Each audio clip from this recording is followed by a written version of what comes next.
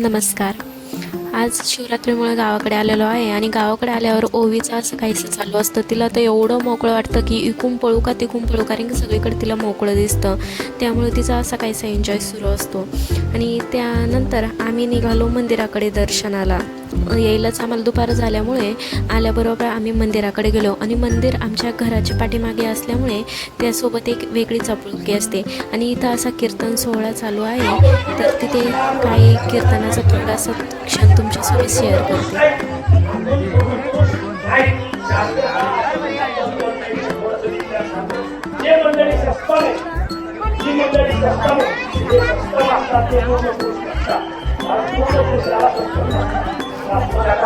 शिवरात्रीचं हे सर्व म्हणजे नजारा एवढा सुंदर असतो की डोळे साठून ठेवा.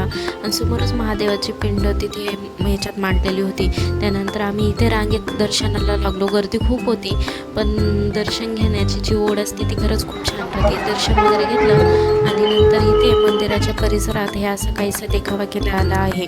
म्हणजे श्रीराम इथे महादेवाच्या पिंडीला पाणी घालताना बाजूलाच लक्ष्मण उभा आणि नमन करत इथे हनुमानाचं पुतळा आणि इथे तसेच वानर, ते सगळा नजारा एवढा सुंदर दिसत होता की असं पाहून मन असं तृप्त झाल्यासारखं वाटत होतं. खरंच एक वेगळीच एनर्जी तिथे गेल्यावर आली. असं वाटत होतं की आता इथून कुठे जाऊच नाही. खालीच इथे अशी सुंदर अशी रांगोळी काढलेली होती. रांगोळी पण एवढी सुंदर काढलेली होती ना की बघतच राहावं असं वाटत होतं. गर्दा भरपूर होता, पण एक वेगळाच आनंद तिथे होता. त्यानंतर सगळीकडून मंदिराला अशी दिव्यांची आरसा लाईटिंग केलेली होती. आणि तेच म्हणजे गर्दा असल्यामुळे मला काही जास्त वेळ तिथे थांबता आला नाही. तिथे दर्शन घेतलं आणि संध्याकाळच्या टायमाला गावात आमची शेरणी वाटल्या जाते. म्हणजेच नारळ जे राहतात का, ते नारळ सगळ्या घरोघरी नारळ आणि साखर आणायचे, तिथे नारळ फोडायचं आणि त्याचा प्रसाद बनवायचा आणि सगळ्याला वाटायची, ही पद्धत इथे असते.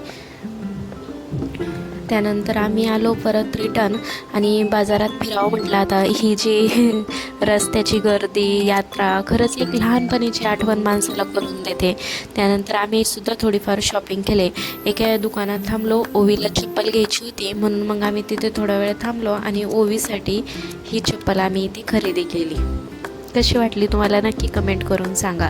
तिला त्या चपलेशी घेणं देणं नव्हते. आम्ही ते बबल्स घेतलं होतं ना, ते तिला तिथे उडवायचे होते. तिला काही कळत नव्हतं की आपल्याला काय करणं चाललं काय नाही. फक्त जे आहे हातात ते उडवत राहायचं. आणि ती चप्पल मस्त पायात घालून ती इकडे तिकडे इतकी छान मिरवत होती ना. तिला म्हणजे ही यात्रा ती तिची पहिल्यांदा बघू राहिली होती. तिच्यासाठी सुद्धा हा अनुभव खरंच खूप छान होता. त्यानंतर रात्री 9-10च्या दरम्यान आमच्या गावातून ही अशी मिरवणूक निघते. म्हणजे जे महादेवाची मूर्ती राहते ना, धनेश्वर महाराजांची मूर्ती, ती आमच्या गावात एक सोनार असतो त्याच्याकडे ती उजळायला नेते. आणि सोनाराचं एक घर ठरलेलं असतं. पहिला ते सोनाराचं म्हणजे जो म्हातारा माणूस होता का, ते वडील करायचे. आता हा त्यांचा मुलगा जो ज्याने डोक्यावर घेतलेली मूर्ती आहे का, तो उजळवतो आणि मग ती मूर्ती उजळून परत मंदिरात नेली जाते. आणि हा क्षण बघताना असं डोळ्यात पाणी येते. खरंच वर्षभर मंदिरात असणारी मूर्ती एक दिवस बाहेर काढली जाते आणि सोनाराच्या घरी नेली जाते.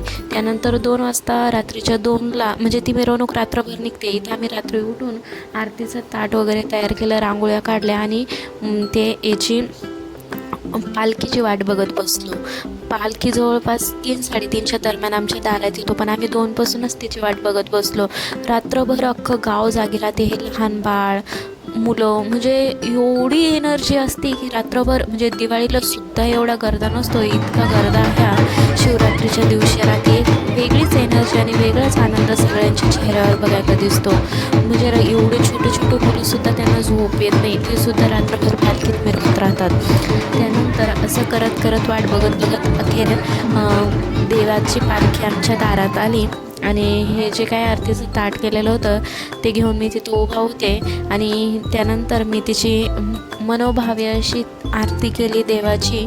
आणि तिथेच म्हणजे असं वाटत होतं की हे जेवढं काही आपण बघतो ना, ते असं डोळ्यात साठवून घ्यावं. एवढं कॅमेऱ्यात घेतलं, पण तरीसुद्धा एक डोळ्याने बघण्याची जी हे राहते का, आनंद आणि जी काही ती क्षण असतो ना, तो शब्दात सुद्धा सांगता येऊ शकत नाही. अशा प्रकारे इथे मी ते देवाला ओवाळून घेतलं, ज्ञानेश्वर महाराजाला हात वगैरे जोडले. आणि हे असं काहीसं संध्याकाळी सुद्धा बायका इथे मिरवणुकीत आपली कला सादर करत होत्या. टाळ मृदुंगाच्या नादात सगळं गाव एवढं दंग होऊन जातं की त्यांना बघतच राहावं वाटतं. हा थोडासा क्षण तुमच्यासोबत शेअर करते. आणि तुम्हाला हा व्हिडिओ कसा वाटला मला नक्की कमेंट करून सांगा. आणि अशाच व्हिडिओसाठी व्लॉगसाठी माझ्या चॅनलला सबस्क्राईब करायला विसरू नका. धन्यवाद मित्रांनो.